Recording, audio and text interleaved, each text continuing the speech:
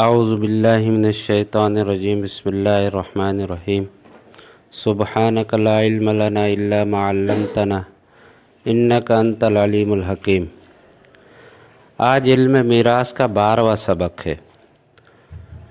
11वें सबक में हमने अख़ियाफ़ी बहन भाइयों की हालतों को पढ़ा था। अब तक हम 4 ज़वील फ़ुरूज़ के अहवाल पढ़ चुके हैं।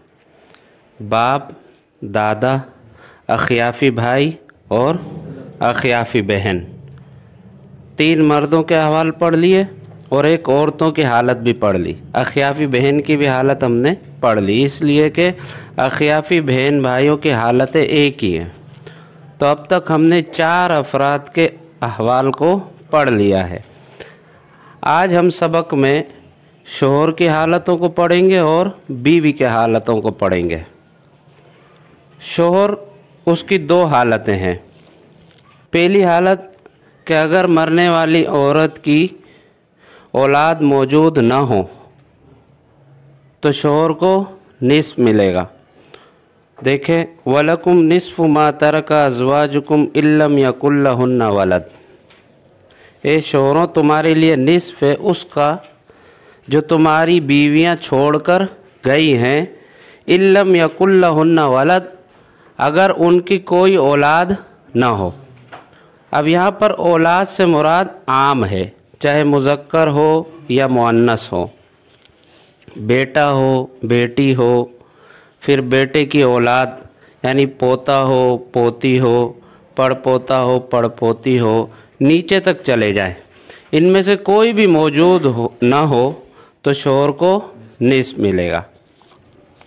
इसी तरह दूसरी हालत कि अगर मरने वाली औरत ने औलाद छोड़ी है, चाहे मुज़क्कर हो या मुअन्नस हो, बेटा हो, बेटी हो, पोता हो, पोती हो, पड़पोता हो, पड़पोती हो, इनमें से किसी को भी छोड़ा है तो शोहर को 1/4 हिस्सा मिलेगा।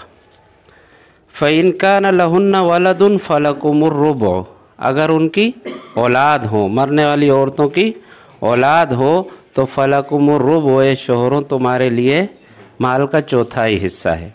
अच्छा, फिर इसमें ये तफसील भी है कि जिस औरत का इंतकाल हुआ उस औरत से औलाद हो, चाहे इसी शोहर से हो या इससे पहले वाले शोहर से हो, वो दोनों औलाद क्या बनेंगी? वारिस बनेंगी। एक औरत है, उसका पहले निकाह हुआ पड़ा था कहीं पर, फिर उस शोहर ने उसको तलाक दे दी या उसका इंतकाल हो गया और उस शोहर से उसकी औलाद भी थी। फिर इसी औरत ने कहीं और शादी कर ली किसी और मर्द से, उससे भी औलाद हुई। तो अब जब इस औरत का इंतकाल हो गया तो इसकी वो औलाद जो पहले शोहर से थी और वो औलाद जो दूसरे शोहर से हुई है, ये दोनों औलादें क्या बनेंगी? वारिस बनेंगी। कि 2 हालतें हो गई। अगर मरने वाली औरत की कोई औलाद मौजूद ना हो, ना मुज़क्कर हो ना मुअन्नस हो, तो शोहर को निस्फ़ मिलेगा। अगर मरने वाली औरत की किसी भी तरह की औलाद मौजूद हो, मुज़क्कर हो, मुअन्नस हो, बेटा हो, बेटी हो, पोता हो, पोती हो, तो शोहर को रुबो मिलेगा, 1/4 हिस्सा मिलेगा। देखें, जैसे इस मिसाल में एक औरत का इंतकाल हुआ, उसका शोहर है और बाप है, 2 वारिसों को छोड़ा। तो अब हमने सबसे पहले शोहर को हिस्सा देना है। शोहर को हिस्सा देने के लिए हमने इसकी हालतों की तरफ देखना होगा। हमने देखा शोहर की 2 हालतें। अगर मरने वाली औरत की कोई औलाद मौजूद ना हो तो शोहर को निस्फ़ मिलता है, तो इसको निस्फ़ दे देंगे। फिर बाप को हिस्सा देना है तो हमने बाप की हालतों को देखना पड़ेगा। बाप की 3 हालतें थी। अगर मुज़क्कर औलाद हो तो बाप को 6ठा हिस्सा मिलता है, अगर मुअन्नस औलाद हो तो 6ठा हिस्सा भी मिलता है और वो असबा भी होता है। अगर कोई औलाद मौजूद ना हो मरने वाले की तो फिर बाप क्या होता है? असबा होता है। तो यहाँ पर भी देखें, इस औरत की कोई औलाद मौजूद नहीं है तो ये असबा होगा। ये हमने हिस्से दे दिए। अब मरहला आता है मसला बनाने का। मसला बनाने के लिए हमने कायदा नंबर 1 की तरफ जाना पड़ेगा, इसलिए कि इस मसले में एक ज़ी फ़र्ज़ है, और जब किसी मसले में एक फ़र्ज़ आ जाए तो मसला हम उस फ़र्ज़ के मखरज से बनाते हैं। इसमें निस्फ़ है तो निस्फ़ का मखरज 2 है, लिहाजा मसला 2 से बनेगा। 2 का निस्फ़ 1 शोहर को मिल जाएगा और जो बाकी बचा वो बाप को मिल जाएगा, इसलिए कि यह असबा है। दूसरी मिसाल में देखें, एक औरत का इंतकाल हुआ, शोहर है और उसका बेटा है। तो हमने देखा कि मरने वाली औरत की औलाद मौजूद है, तो शोहर को कितना मिलेगा? रुबो मिलेगा, 1/4, और बेटा असबा है। तो इस मसले में भी देखें एक ज़ी फ़र्ज़ है, तो मसला हम उस फ़र्ज़ के मखरज से बनाएंगे और वो रुबो है। रुबो का मखरज 4 है, लिहाजा मसला 4 से बनेगा। 4 का रुबो इसको देंगे 1, बाकी जो 3 बचेगा वो बेटे को मिल जाएंगे। तीसरी मिसाल देखें, एक औरत का इंतकाल हुआ, उसका शौहर है, बेटी है और अख़ियाफ़ी बहन है। तो हमने शौहर को हिस्सा देना है तो उसकी हालतों को देखना होगा। हमने देखा मरने वाले की औलाद मौजूद है तो शौहर को रुबो मिलेगा। बेटी अगर एक हो तो उसको निस्फ़ मिलता है, इसके अहवाल आगे आएंगे। और अख़ियाफ़ी बहन को कितना मिलेगा? साकित होगी। क्यों होगी? इसलिए कि ये औलाद मौजूद है, तो इसको कुछ भी नहीं मिलेगा। अब देखें इस मसले में 2 ज़वील फ़ुरूज़ हैं। अब मसला बनाना है ना हमने, तो अब मसला बनाने के लिए कायदा नंबर 2 जारी होगा। यहाँ पर अगर किसी मसले में एक से ज़्यादा ज़वील फ़ुरूज़ आ जाए तो हम उन फ़ुरूज़ के मखारिज के दरमियान में निस्बत देखेंगे। तो हमने रुबो के मखरज 4 और निस्फ़ के मखरज 2 में जब निस्बत देखी तो 4 और 2 में तदाखुल की निस्बत है, तो हमने बड़े अदद 4 से मसला बनाया। 4 से मसला बनाने के बाद शोहर को 1 दिया रुबो और बेटी को निस्फ़ 2, बाकी 1 बच गया, उसको हमने यहाँ महफूज कर लिया। चौथी मिसाल देखें, एक औरत का इंतकाल हुआ, उसका शौहर है, जद है, दादा है और अख़ियाफ़ी भाई है। तो शौहर का हिस्सा यहाँ पर निस्फ़ बनेगा, इसलिए कि मरने वाली औरत की कोई औलाद मौजूद नहीं है, इसका निस्फ़ हो गया। दादा का हिस्सा यहाँ पर क्या होगा? दादा के हवाल देखें आप। दादा की 4 हालतें, 3 हालतें बेईनी बाप की तरह हैं। तो उन 3 हालतों में से एक तीसरी हालत है ना दादा की, कि जब कोई भी औलाद ना हो तो दादा क्या होगा? असबा होगा। और अख़ियाफ़ी भाई को कितना मिलेगा? साकित होगा। क्यों? इसलिए कि दादा मौजूद है। जिस तरह अख़ियाफ़ी बहन भाई बाप की वजह से साकित होते हैं, इसी तरह ये दादा की वजह से भी साकित होंगे। तो अब देखें इस मसले में एक ज़वील फ़ुरूज़ है और वो है निस्फ़, शौहर। तो निस्फ़ का मखरज 2 है, लिहाजा मसला किससे बनाएंगे? 2 से। 2 का निस्फ़ 1 शौहर को दे देंगे, बाकी जो 1 बचेगा वो दादा को मिल जाएगा। एक और मिसाल देखें, एक औरत का इंतकाल हुआ, उसका शौहर है और उसका पोता है, इब्नुल इब्न यानी बेटे का बेटा है। तो यहाँ पर शौहर को कितना मिलेगा? रुबो मिलेगा, इसलिए कि औलाद के हुक्म में। बेटा नहीं है, पोता तो है ना, तो पोता किसके कायम मकाम हो जाएगा? बेटे के। तो इसको रुबो मिलेगा और ये पोता क्या होगा? असबा होगा। यहाँ पर भी मसला 4 से बनेगा। 4 का रुबो 1 इसको मिल जाएगा, बाकी 3 पोते को मिल जाएंगे। समझ गई है शौहर की 2 हालतें। अब देखें बीवियों के अहवाल। बीवियों की भी 2 हालतें।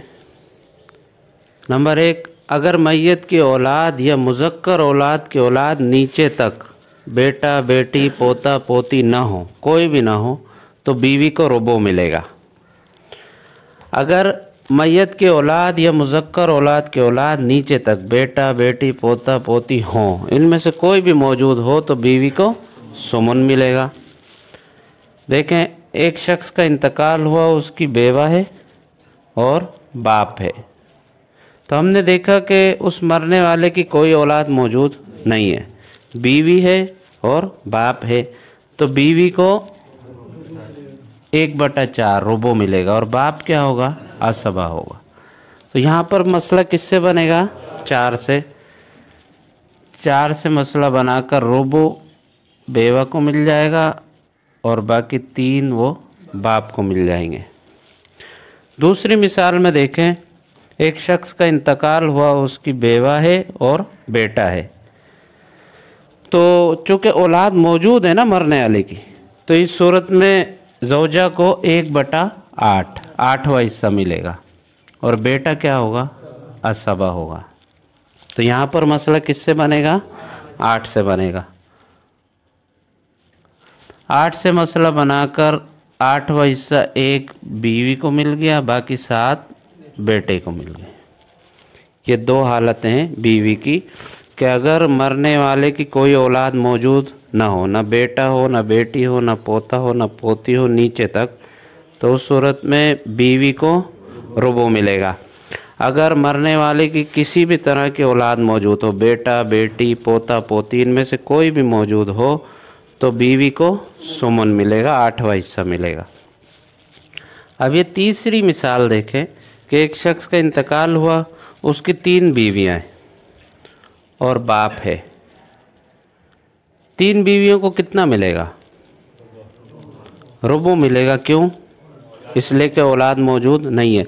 ये जो पहली हालत है ना इसकी बीवी की, कि अगर मरने वाले की कोई औलाद मौजूद ना हो तो बीवी को रुबो मिलता है। अब चाहे बीवी 1 हो, 2 हो, 3 हो या 4 हो, 1 से ज़्यादा हो, तो वो सब की सब रुबो में शरीक होंगे। ऐसा नहीं होगा कि हर बीवी को अलग अलग रुबो मिलेगा, इस तरह नहीं होगा, बल्कि तमाम बीवियों को, अगर 1 से ज़्यादा हैं, 2 हैं, 3 हैं, 4 हैं, तो वो सब की सब रुबो में शरीक होंगी।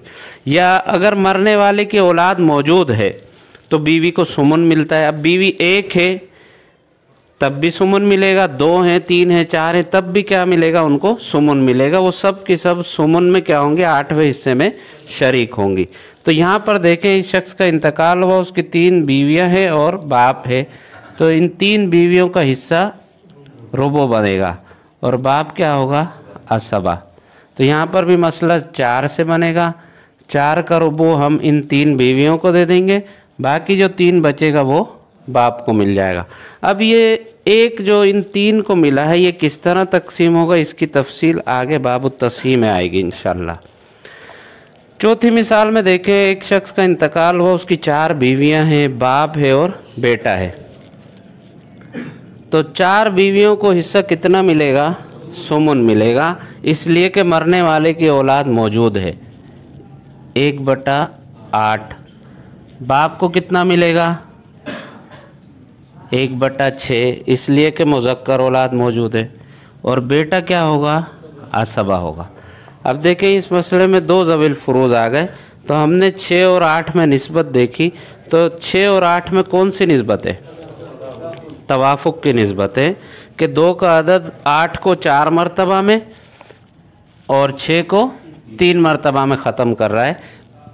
तवाफ़ुक़ में यह होता है कि एक के वफ़क़ को दूसरे के कुल में ज़रब देते हैं। 8 के वफ़क़ 4 को 6 में ज़रब दिया, या 6 के वफ़क़ 3 को हमने 8 में ज़रब दिया, हासिल ज़रब क्या होगी, 24। तो मसला कितने से होगा, 24 से होगा।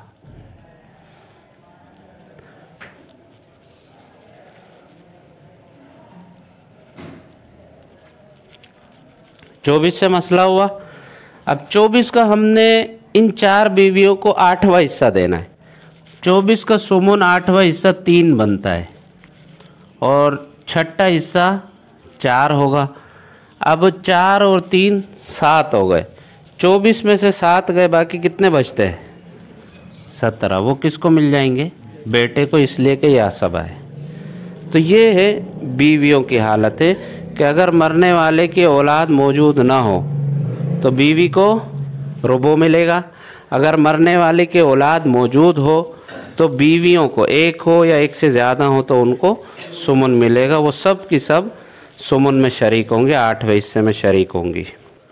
अहवालुज़्ज़ौज व अम्मा लिज़्ज़ौज फ़हालतान, शोहर के अहवाल। बहरहाल शोहर की 2 हालतें हैं।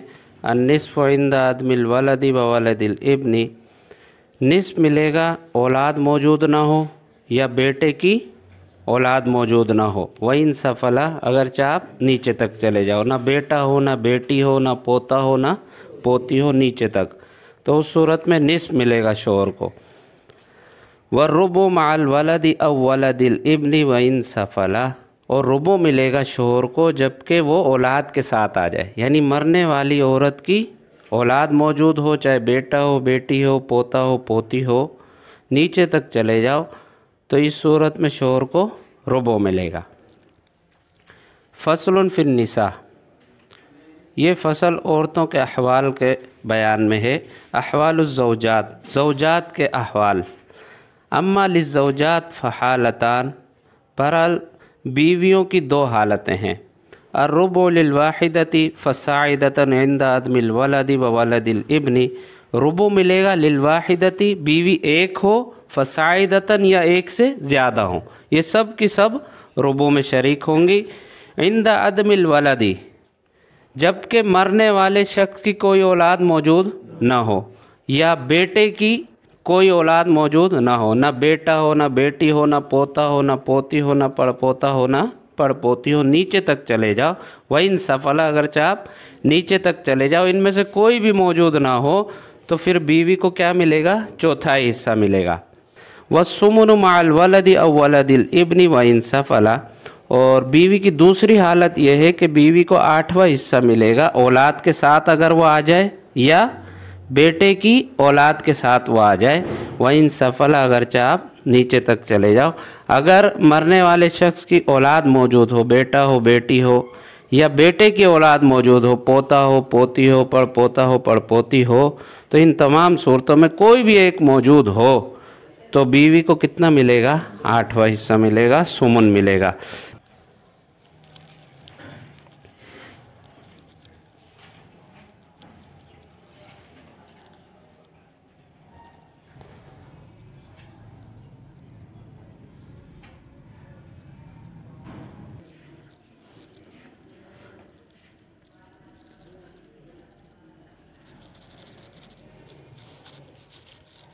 अभी 5 मिसालें मैं आपको दे रहा हूँ, ये मुझे आप करके दिखाना, और जो अहवाल आपने पढ़े हैं उनको सामने रखते हुए इन मिसालों को हल करना है।